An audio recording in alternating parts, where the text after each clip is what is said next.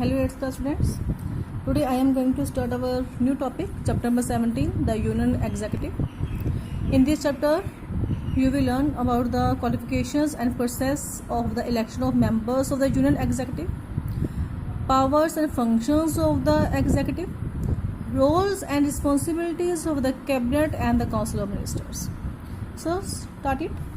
The three organs, you know that in the previous chapter I already told to you that there are the three organs of the union government, that are the legislature, executive and the judiciary. The work of the legislature is to make laws and it is the responsibility of the executive to implement the laws. तो law बनाने की तो जो legislature है means लोक सभा, राज्य सभा, they make the laws for the country and to implement that one laws, this is the responsibility of the executive. The executive is consist of the president, vice president, prime minister and the council of ministers. And these bodies are called the political executive. Why they are called the political executive? Because they are elected representative of the people. People elect them through the election process, so they are called the political executive. Now they are assisted by a team of civil servants. Now for their help, there is a team of civil servants who form the permanent executive, and these civil servants are appointed on the basis of their qualifications, on the basis of the exam in which they appear. They pass that particular exam, and then from a long interview process they become the part of the permanent executive. Okay, so means political executive are elected by the people, and civil servants through their qualifications and through their examination process they become the part of the permanent executive. Okay, firstly I will today tell you about our first foremost executive, that is the president. The president is the head of the state of India. Here S is capital, means state refers to the country. So president is the head of the state of India and commander-in-chief or Indian Armed Forces. Commander-in-chief of Indian Armed Forces means he is the supreme commander of all the forces of India, like Navy, Army, Air Force. All the three forces are under the president. He or she is the constitutional head in whose name the administration of the country is run.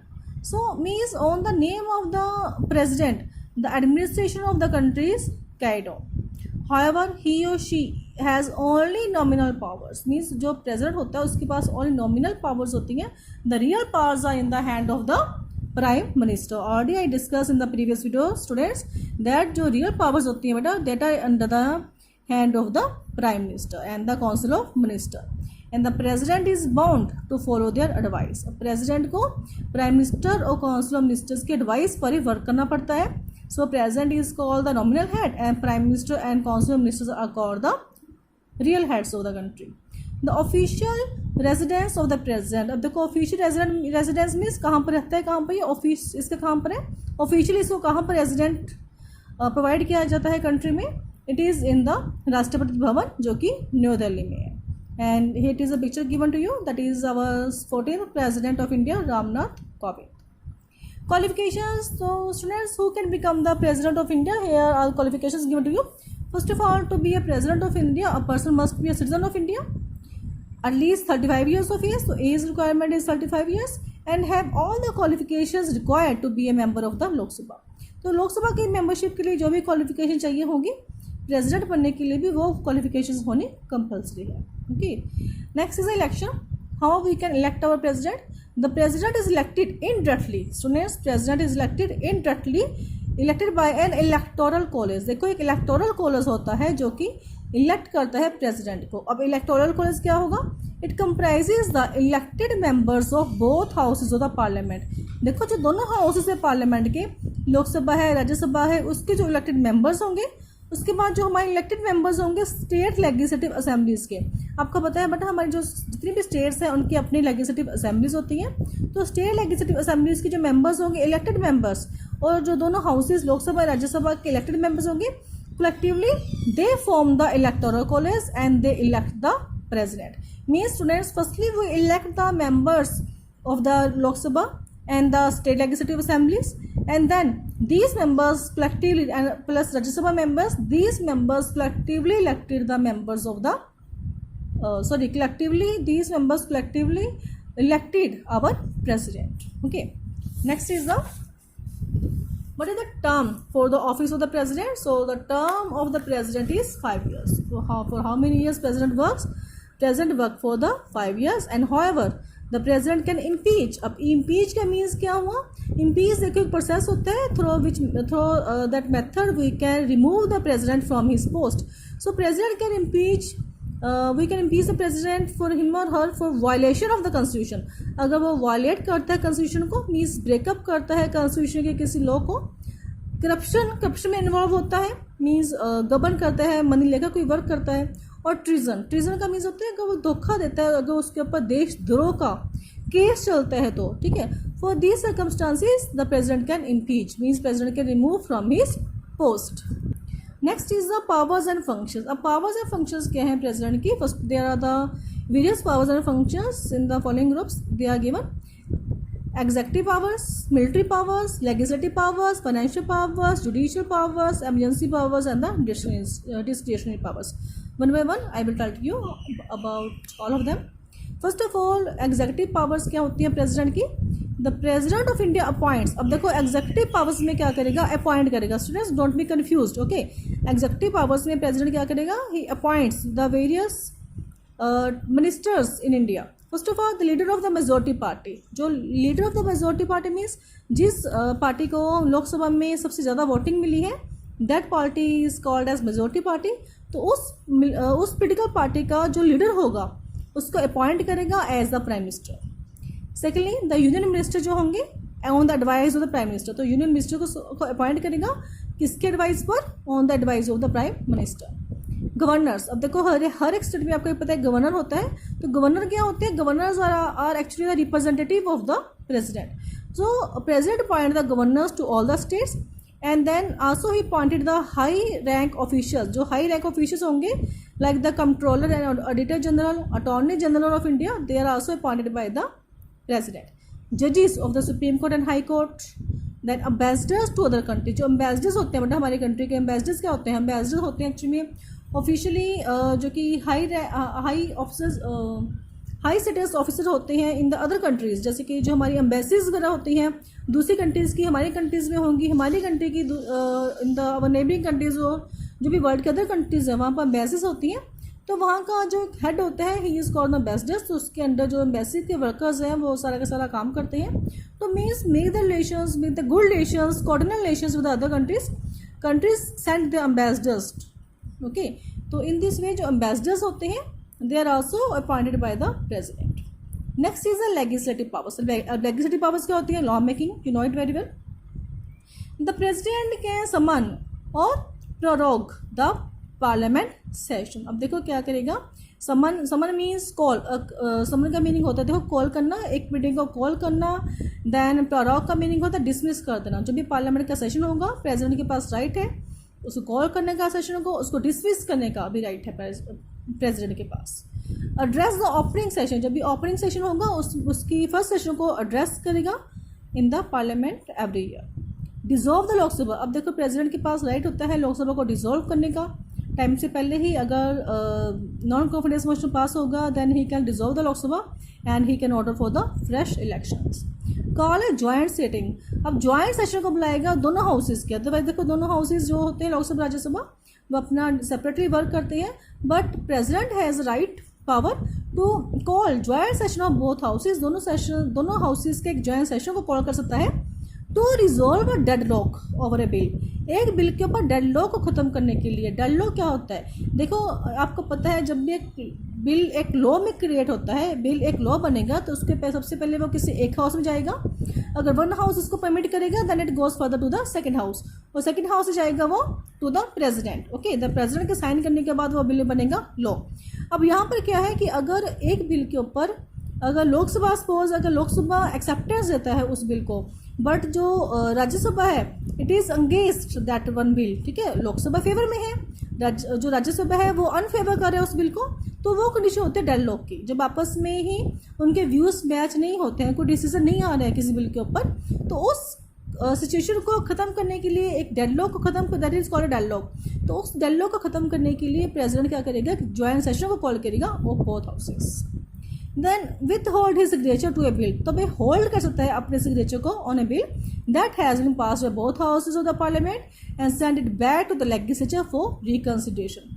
अभी मैंने बताया आपको कि एक house से दूसरे house जाएगा bill, उसके बाद वो जाएगा प्रेसिडेंट के पास। अब देखो प्रेसिडेंट को लगता है कि बिल में कुछ एक इम्प्रूवमेंट हो सकती है, ठीक है, उसको रिकंसिडरेशन में दोबारा से देखने के लिए फिर से जिस हाउस से वो ओरिजिनेट हुआ था वो बिल उसको वापस सेंड कर सकता है president. But however on the second time he or she is obliged to sign over it. But अगर देखो वही बिल सेकेंड टाइम फिर से प्रेसिडेंट के पास आएगा, तब प्रेसिडेंट को उसके ऊपर साइन करने ही पड़ेंगे। Okay, first time he can send back the bill for the reconsideration, but for the second time he must have to sign it. Next is the nominate 12 members to the Rajya Sabha and 2 members from the Anglo-Indian Committee to the Lok Sabha। तो आपको पता ही है बेटा कि जो president है वो 12 members nominate करता है राज्यसभा के लिए and 2 members from the Anglo Indian committee to the Lok Sabha. Issue ordinances, अब देखो प्रेसिडेंट के पास राइट होता है ऑर्डिनेंसेस इशू करने का when parliament is not in session. Ordinances क्या होते हैं, दे आर द स्पेशल, एक पावर होती है प्रेसिडेंट की, स्पेशल ऑर्डर्स, ठीक है। जब पार्लियामेंट सेशन में नहीं होगा तब किस टाइम कोई ऑर्डर्स इशू करने होंगे, then president has right to order the pass that one orders that are called the ordinances.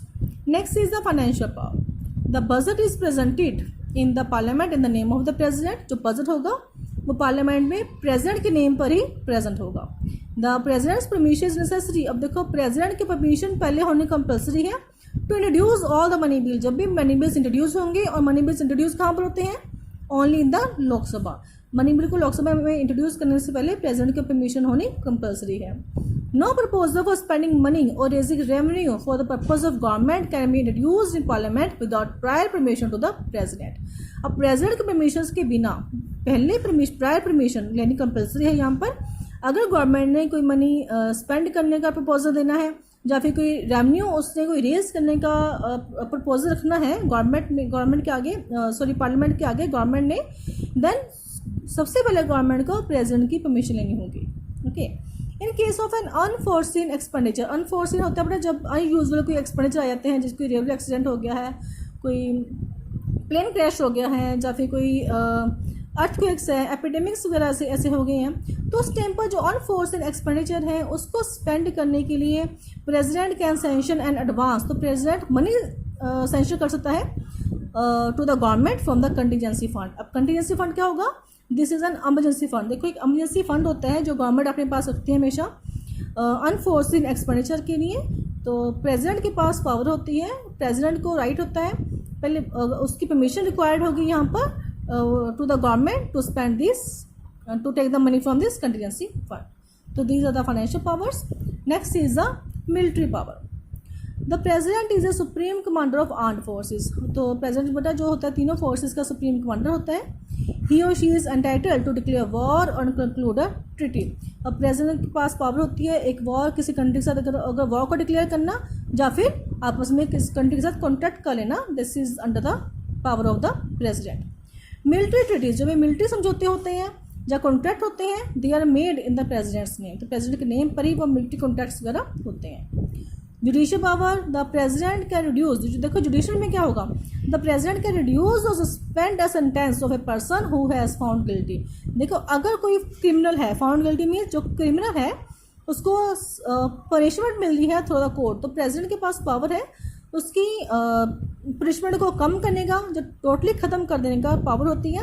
अगर वो पर्सन जो फाउंड गिल्टी है अगर वो प्रेसिडेंट को रिक्वेस्ट करता है तो प्रेसिडेंट बेटा देखेगा कि सर्कमस्टांसिस क्या थे, किस टाइम उसने ये ऐसा क्राइम कमिट किया था, what are the circumstances behind it. तो उस केस में वो उसकी पनिशमेंट को कम भी कर सकता है या फिर उसको टोटली सस्पेंड भी कर सकता है। Even he can also pardon और डेथ सेंटेंस। अगर किसी को डेथ की पेनल्टी मिली है, डेथ पनिशमेंट मिली है, तो वहाँ पर उसकी डेथ पनिशमेंट को भी वो पार्डन उसको क्षमा कर सकता है या फिर उसको लाइफ टाइम इम्प्रिजमेंट में भी वो चेंज कर सकता है। तो these are the judicial powers under the president. Next are the emergency powers. अब एमरजेंसी पावर्स क्या होंगी, the constitution of India empowers the president to proclaim 3 kind of emergency. अब देखो 3 काइंड्स ऑफ एमरजेंसी पावर्स को declare कर सकता है president. First of all national emergency, when the security of the country is threatened by the external aggression। अब देखो external aggression क्या हुआ, जब किसी टाइम कोई कंट्री हमारी कंट्री के ऊपर अटैक करती है, ठीक है, हमारी कंट्री की सिक्योरिटी खतरे में है, किसी दूसरी कंट्री ने हमारे ऊपर अटैक कर दिया है, या फिर internal rebellion. Internal rebellion means कोई internally two group of people है, उनके बीच में आपस में राइट्स वगैरह हो गए हैं, ठीक है, दंगे हो गए हैं यहाँ पर। तो ऐसे में जब सिक्योरिटी खतरे में है कंट्री की, तब प्रेसिडेंट क्या करेगा, डिक्लेयर करेगा national emergency. Emergency for the failure of the constitutional machine in a state. अगर स्टेट की जो कॉन्स्टिट्यूशनल मशीनरी फेल हो गई है, अगर स्टेट की गवर्नमेंट फेल हो गई है, ओके, अगर स्टेट की गवर्नमेंट अच्छी वे से वर्क नहीं कर रही है, गवर्नमेंट फेल हो चुकी है, ठीक है, then president can impose the presidential rule in that one particular state. Third is a financial emergency. अब यहाँ पर क्या है, if there is a threat to the financial stability of the country. अगर फाइनेंशियल स्टेबिलिटी नहीं है country में, कोई मनी वाइज हमें यहाँ पे प्रॉब्लम हो गई है, हमारे पास इतने फंड्स अवेलेबल नहीं है ताकि हम जो कंट्री का एक्सपेंडिचर है उसको कवर अप कर सकें, तो उस टाइम जो है हमारा जो प्रेसिडेंट है वो उनके पास पावर होती है डिक्लेयर करने की फाइनेंशियल इमरजेंसी। और फाइनेंशियल इमरजेंसी में क्या होगा, जो हमारे बेटा जजेस होते हैं, ठीक है, या फिर जो हाई ऑफिसर्स होते हैं, that is election commissioner, then ambassadors हैं, अटॉर्नी जनरल वगैरह होते हैं, इनकी अदरवाइज हम कभी भी सैलरी को कम नहीं कर सकते। तो फाइनेंशियल इमरजेंसी में हम इन सभी की सैलरी को रिड्यूस कर सकते हैं। However, the emergency cannot be declared by the president without the consent of the parliament। तो इमरजेंसी जब भी डिक्लेयर करेगा प्रेसिडेंट, उसको कंसेंट लेनी पड़ेगी, परमिशन लेनी पड़ेगी पार्लियामेंट से। Last is the discretionary power of the president. अब क्या होगा यहाँ पर देखो, आफ्टर इलेक्शन, जब लोकसभा के इलेक्शन हो गए हैं, in case no party achieves a clear majority in the Lok Sabha. अगर एक पॉलिटिकल पार्टी को प्रॉपरली अगर मेजोरिटी नहीं मिलती है, तो देखो 100 में से अगर सपोज 50 मेजोरिटी में वोटिंग चाहिए थी लोकसभा कि एक पॉलिटिकल पार्टी को अपनी शो करने के लिए, दैट मेजोरिटी पार्टी शो करने के लिए, बट किसी पॉलिटिकल पार्टी को 50 वोट्स नहीं मिली हैं, then the president has a discretion. अब प्रेसिडेंट के पास राइट होता है in inviting the leader of that party or coalition of parties who in his or her opinion can form a stable government. तो वो क्या करेगा, एक पार्टी को या 2 और 3 पार्टीज को इन्वाइट करेगा ताकि आप अपनी कोलिशन ऑफ पार्टीज में मीन क्या हुआ, गठबंधन की सरकार बनाना। अपने 2-3 पार्टीज मिलकर आप अपनी एक गवर्नमेंट फॉर्म कर सकते हैं, ठीक है, 2-3 पार्टीज मिलकर, जो उसको लगता है कि कि मीन्स इस वे से एक स्टेबल जो गवर्नमेंट है वो फॉर्म हो सकती है। तो that is called the discretionary power. However, the candidate must prove his or her majority in the Lok Sabha later। But जो भी लीडर होगा, जो भी प्राइम मिनिस्टर बनेगा, उसको बाद में अपनी मेजोरिटी शो करनी पड़ेगी लोकसभा में। ओके, तो मीन्स अपनी दूसरी पॉलिटिकल पार्टीज को फिर वो अपनी तरफ अट्रैक्ट करेगा, ठीक है। तो इस वे से प्रेसिडेंट के पास पावर होती है कि अगर कभी भी किसी पॉलिटिकल पार्टी को मेजोरिटी में वोट नहीं मिलती है, देन वो किसी भी पॉलिटिकल पार्टी को या फिर 2 और 3 पार्टीज को इनवाइट करेगा to form the stable government, और बाद में उस पॉलिटिकल पार्टी के जो लीडर बनेगा उसको लोकसभा में अपनी मेजोरिटी को शो करना पड़ेगा। तो this is all about today students, hope you understand it. Have a nice day, good bye all of you.